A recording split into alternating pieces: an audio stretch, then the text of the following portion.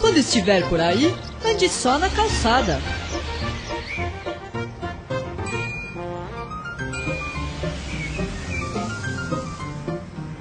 E na hora de atravessar a rua, use a faixa de pedestre.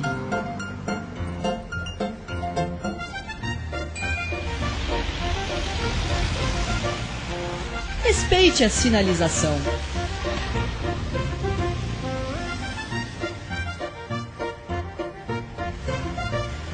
Lembre sempre que legal é usar o banco de trás e que o cinto de segurança protege você.